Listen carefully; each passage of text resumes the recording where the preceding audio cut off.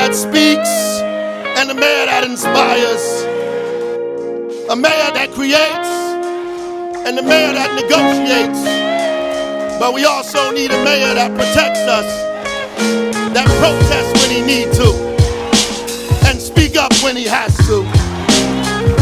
We need a mayor who unapologetically loves this city and the people in it. And most importantly, we need a mayor that believes in you and knows no fear. And I am thankful to God that today you have chosen me to be this mayor. We believed our city could change, it would change, and this day begins that change. The problem is, you have to believe in the people of our city, no matter what language they speak, what block they live on, no matter when they became citizens or if they're even citizens at all, no matter the food they like, the music they listen to, who they choose to love. You have to love them and believe in Newark so passionately and intently that you know that Newark's failure is tied to your own failure. That we are not from North Newark, we are from Newark. We are not from the South Ward, we are from Newark. We are not from the East Ward, we are from Newark. We are not from the West Ward, we are from Newark. We are not from the Central Ward, we all are from Newark. A mayor that never forgets how he got here. Yeah, we need a mayor that's radical.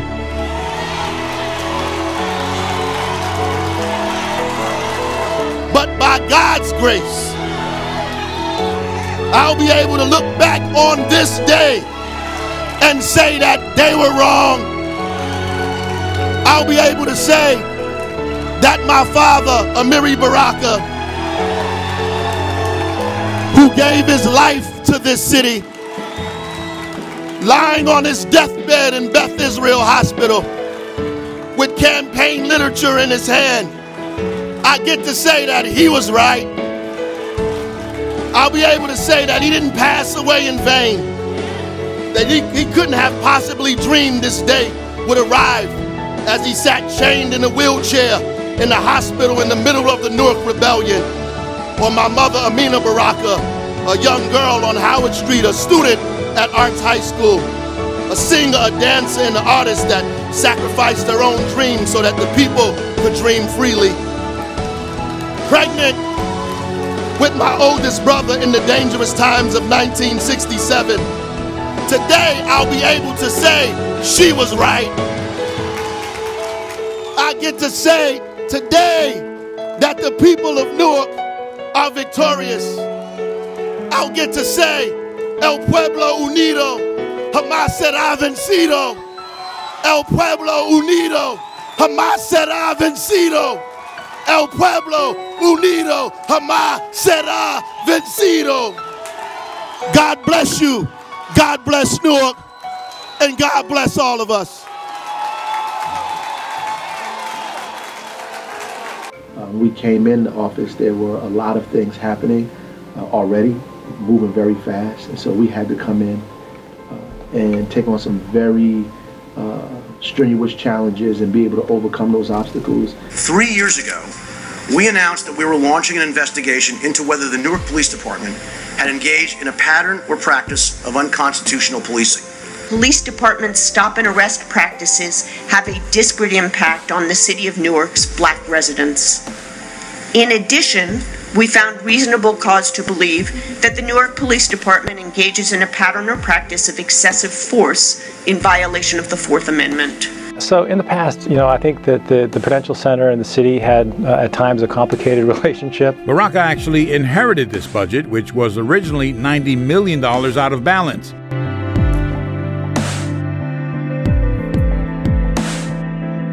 We take the Department of Justice findings very seriously, and we take the recommendations even more serious. When there is incidents where police officers are not acting in good conduct, we're going to respond. When there are incidents where police officers are violating the law, we're going to respond. When there's incidents where we believe the system has not been put in place to effectively monitor the actions of the police, we're also going to respond. And when there are individuals in our community who violate the rights and commit crimes against residents of our community, we're still going to respond. And we're going to respond in a way that we believe is not only effective, but also constitutional. So we immediately began to try to establish a better relationship between the police and the neighborhood by doing neighborhood walks twice a week. We put the police directly on the street. We had the roll calls in the street to add to police presence. We had them walking, talking to residents, knocking on doors, asking questions, trying to improve the relationship, but at the same time improve the level of intelligence that we had in our police department. We also worked to put about 70% of our police officers on the street, actually doing patrol duties or answering calls for service or investigating crimes in the community. The police officers receive their instructions, their briefings from their squad bosses, all of the information that happens in the neighborhood, they get that information out on the street. There's a command post set up, there's trucks set up, there's areas for them to go and receive this information and then communicate with the community. It is very important, like I said, because the citizens get to speak with the police. It's part of our community relations strategy, part of our community policing strategy to get the police involved in the neighborhood. We started out with the idea that the crime that happens in our community is a public health issue. We also followed the concept that a more efficient and effective police force is a police force that has a great relationship with the community. We believe that, research shows that, so we immediately began to try to establish a better relationship between the police. The stats are, we took a compilation of into consideration some of the top 5 major crimes that would affect the citizens in terms of their personal safety and their personal property. Very excited about the work that has been done so far.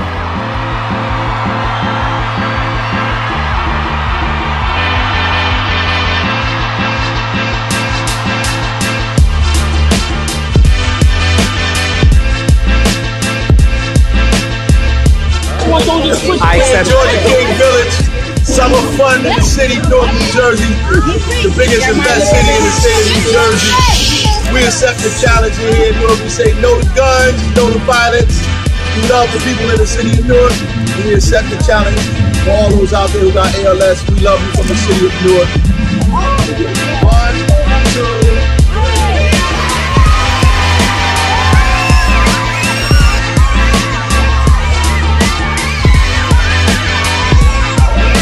Well, we sat down with the newly elected mayor early on and said, tell us what it is that it's important to you in your first 100 days. And for sure, he said, we got to get out in the community, we got to activate, let people know that we're all working together.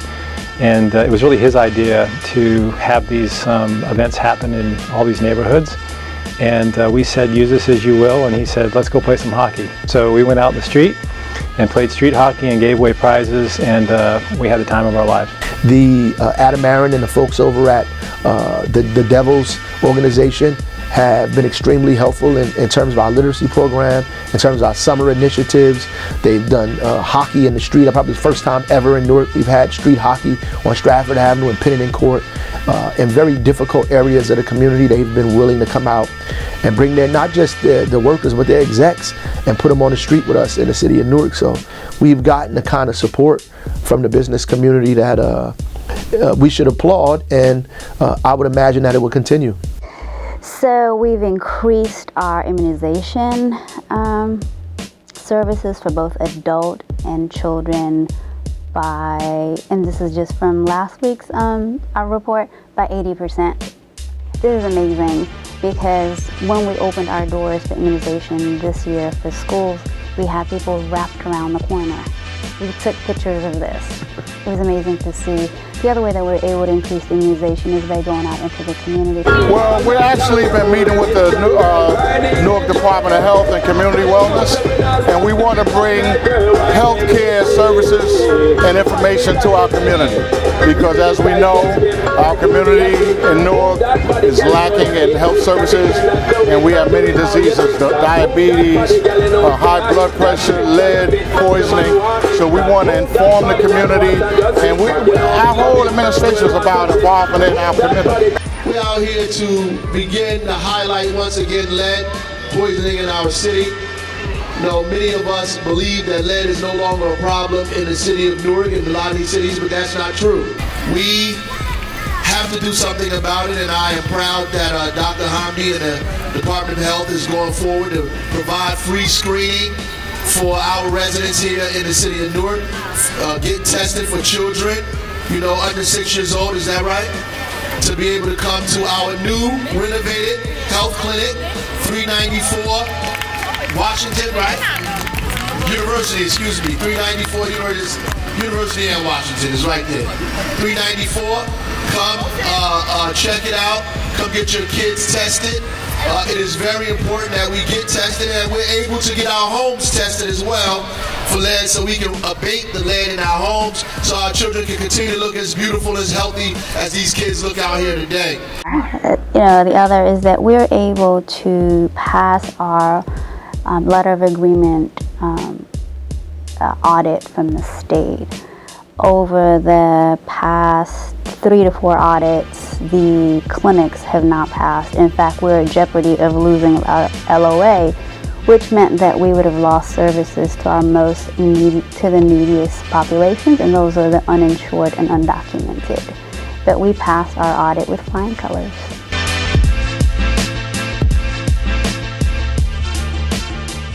Right? My job as the mayor is to make sure that our kids are in a structured learning environment at the first day of school. That's the fact. So I can't just be concerned with your kid. I have to be concerned with everybody's child, right?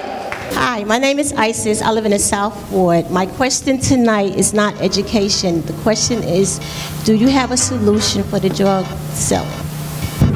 Jobs. That's what we're doing. We're trying to create jobs in the city. We have a deputy mayor for full employment. We're trying to create jobs. That's why we're walking on the street. We're grabbing kids. We're giving them what we call a U-turn program to help them change their life around, come into work. We are trying to get into the school system, so it is about education. What you're saying is about education. We're trying to get a stronger school system so kids don't drop out of school and finish school so they can get a job and not out in the street selling drugs. Have been working with the superintendent and the city and Newark Public Schools to abate some of these issues as they come about. I attended the one-stop transfer system at West Kenny Street School. I arrived at 8:30 in the morning and I was issued a number of 583. I left at 3:30. At 1 o'clock, they were at 55. Amongst the crowd, someone called for Ras Baraka, the mayor, to come and see what was going on. I approached Mayor Baraka and told him how dissatisfied I was with the system and where it was going. Upon receiving those phone calls, I immediately went over to West Kenny, Newark Vocational site to see what was happening. Upon my arrival, as was already outlined, there were several parents outside. I would say anywhere between 200 to 300 parents outside that seemed disgruntled, disorganized at best. I went inside, there were folks in the cafeteria, folks in the auditorium, folks in the hallway, and it didn't seem to be a clear chain of command or information that was being disseminated from one location.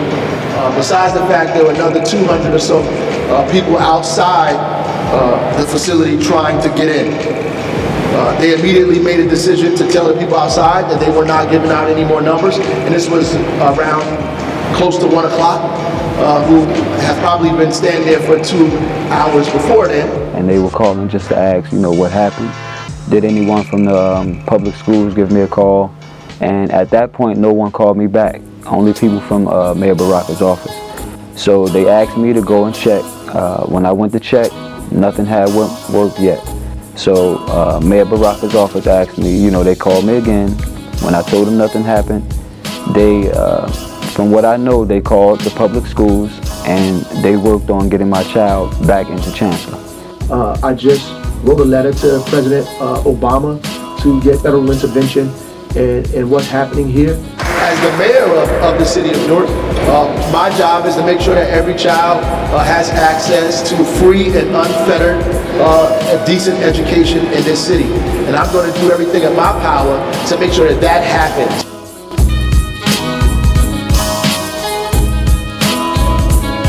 We really think today is a significant day because it represents a significant partnership and a way of doing things going forward that we think will be meaningful and set an example in local, state, and hopefully federal politics and government on how to work together moving forward.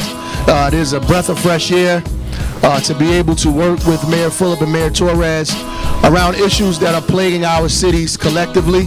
In fact, as Mayor Fulop alluded to, that are plaguing cities across the state and across the country. As collectively, we form a bold new strategic partnership designed with one goal in mind: the reduction of street-level violence in our inner cities and senseless loss of life that goes along with it. The genesis of this was recognition by all three of us that we share similar challenges on the crime front. I don't know if this has ever been done where all of us had an opportunity to get together like this with the academic community and all of our head folks in the police agencies in our respective cities. It's been incredible for me personally to hear all of the information that's been talked about all morning. I'm excited about talking to my police director and police chief about enacting some of the things that we talked about around the call-ins, about strengthening what we've been doing so far around NVRI, even our strategy changes around broken windows versus what we talked about today. I mean, I'm really encouraged by the information that I've received this morning, and hopefully, because all of us are here, we begin to talk to each other about how we can begin to cooperate with each other. In his first 100 days, I think Mayor Baraka has set a tone for the way in which the city will be run: inclusive, engaged, and committed. That's very positive, and leveraging on this as we go forward is the only way that the mayor's administration and everyone who's a stakeholder in the city can work on meeting the challenges that we face. I just want to first thank you for coming here and indulging us in what we're going to make happen every quarter in this city. We are here for a reason. The work that you do is important to people every day. Thousands of people come to this building for help. They want us to help them with their children, help them with their families, help them with the cleanliness in their neighborhood, help them with jobs, help them with crime. You have an opportunity to do incredible work for people in this city, for hundreds of thousands of residents depend on you. And when you come to work, you ought to feel that way. This is what we need people to be doing that are a part of our community, to become true partners in our city. Not only is the building beautiful, but he is committed to hiring 100% Newarkers, and he's done that.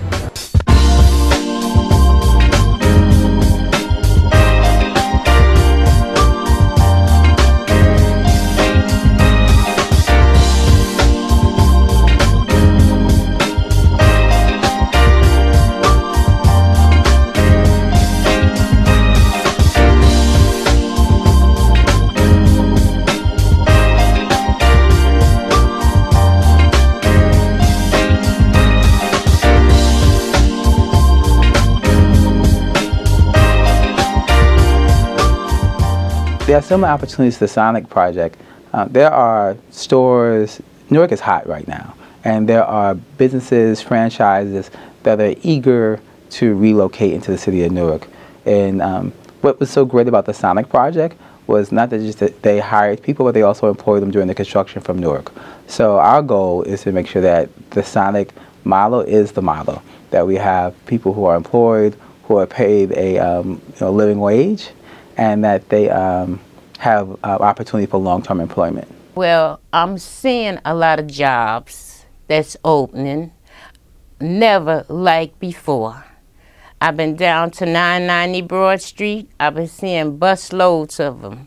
So as the next 100 days, you know, I would just like to see him continue on working towards the goal and being a good mayor like he is. We never had that many people to load up in buses and go out for jobs by the 50s and by the hundreds. And on my block, the younger guys have came and said they want a job. Well, they had gave me cards to give them, and now they have jobs in my neighborhood. Well, we were aggressive in collecting back business taxes, partly because the city of Newark, we came into the administration with a $93 million budget deficit. And so there were taxes that was owed to the city of Newark. So we went out aggressively through all of our channels to make sure that if you have a project in Newark, before you move forward, you pay your taxes and you pay your existing debt. We put that message out, and we started getting checks and payments. So hopefully that shows up in the coffers of our taxes, but we definitely went out there and made it known throughout the business community and on the street that if you did not pay your taxes or any of the debts that you owe the city of Newark, you will not be continuing on your projects. The term tax collection has a positive effect on the city. The city operates primarily on revenues that it generates. The tax collection makes up over half of the revenues received for the city in our budget. We're going to work tirelessly to pull in the revenue, the low-hanging fruit, and then the more complex kind of ideas that we need to enact to bring more revenue into our city. Looking forward to us growing the community, putting more residents in these abandoned properties and these homes, more creative and innovative ideas to make Newark the city that we all can believe in. I think it's an open secret that Newark is open for business and it's the place to be. So if you're one of the decision makers or one of the movers and shakers anywhere in this state or around the state, and if you're not in Newark and you're not thinking about moving to Newark, then I'm afraid you're going to miss a chance to be part of the powerhouse that this city is going to be.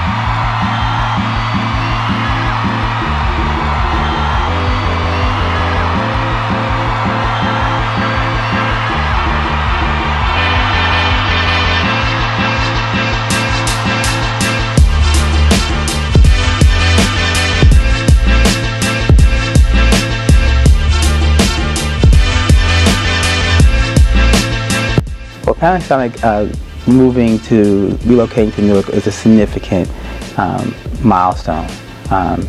Panasonic, the new Prudential building, the Devils, these national and international corporations that are locating in Newark, expanding in Newark, growing in Newark, creates more opportunities for employment, it increases ratables. But most importantly, it sort of becomes part of the Newark family. They, like everyone else in here, are becoming Newark. I couldn't imagine having a Celebrate Newark Day without the new mayor. So I wanted my staff and our employees to feel the energy of this city. And so I was really proud to share the stage with our new mayor of this wonderful city. We put together a transition team. I automatically reached out to the business community, tried to get some assistance around loan executives. They helped us out in that area. They brought some folks on board to help us. We believe that the private sector can play an important role in helping the mayor's transition. And Prudential has a long history of assisting in mayoral transitions, sometimes with direct financial support, sometimes with pro bono contributions related to things like organizational design or financial management. In the case of the Baraka administration, Prudential is supplying important and significant executive level help. They've been funding a few of our issues. We're getting ready to go to them with larger asks, though, of course, around things that we need funded in the city because of the deficit that we experienced at this time.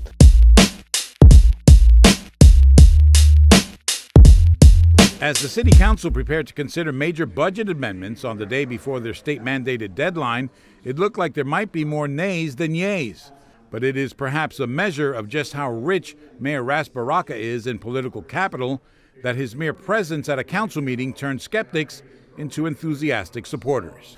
Well, it was handling the budget was very difficult, especially because it was a few things that we had to take off the table that we just weren't willing to do, right? Some, we weren't willing to lay off wholesale amounts of people. We weren't willing to raise the tax rate higher than what it is now. We weren't willing to just arbitrarily sell everything that the city owned. So we had to move it down from 93 million to 31 million by various things, selling some of the land that the city owned, by amortizing $30 million, first off by spreading $30 million over a 10-year period so we can pay it gradually. That was one of the first things that we did. We had to take the rental car tax money that we usually use for development, put it into the general budget. We had to find creative ways to knock it down from 93 to 31. And then we asked the state for 31 million. They didn't have 31 million to give us. They wanted to give us 10, so we had to do some more with their help to get it from 31 to $10 million. In addition to anticipating $10 million in state aid, the city will be allowed to count as income funds from unemployment insurance and other items which they usually have to keep in reserve every year. But most significantly, the city will be allowed to stretch its debt payments over a 10-year period, which beats having to pay it all now. That is what actually triggered oversight, not the fact that we borrowed the $10 million or that we got $10 million, but the minute we amortized the $30 million debt is what triggered state oversight. But, you know, this is not over, so we have about a $45 million structural deficit. It means that, you know, next year or the year after we'll be struggling again to deal with some of these issues. But by the grace of God, we will find other opportunities to raise the revenue that we need. We may have to go back to the state, but through hard work, prayer, and innovation, we may not have to go that route. You know, we are going to bring more people to the city. We're going to find more revenue. We're going to go after our payroll and parking taxes. We're going to go after Port Authority. We're going to do the different things that we need to make Newark an independent city. I believe in Newark because I see the potential of not only the natural kind of attributes of this city and its proximity and its kind of hub for this great state, but the people. I mean, the people here are amazing. Since I've been here in Newark for the last 14 months, I have seen an incredible diversity of not only just kind of cultures, but just amazing thought process. And I think this is a city that's on the cusp of great things. And I see leadership coalescing in a way under the mayor's leadership that that really will fall in line with his vision. And I think there's no more exciting time for Newark than there is right now. Me being a resident of Newark, you know, for my whole life, for the 38 years of my life, I actually think Mayor Baraka is doing an excellent job. My son is one of thousands of kids, and with everything that's going on in the city today, for him to come to me and help me with one child, just for him to do that, it shows me that he cares about all of the kids and he cares about, you know, the city of Newark, and I believe that he's going to do a great job. I believe in Newark because of its energy and its diversity and its history and its future. I think in the first 100 days, Mayor Baraka has done an incredible job of really collaborating and getting people engaged. You know, I think this was a city that has been characterized as having very disparate, very disjointed kind of efforts, and I think he has done an amazing amount of work at just getting people engaged and involved in a way that they never have before. And so now there's a sense of ownership that everyone has, that we're all in this together, that we're all part of the future, that again our success is collective and it's all one team. I could not ask for no more as being a citizen of Newark, a resident, a citizen, a district leader. We stay on top. We have meetings. He keeps us informed to what to do and how to do things.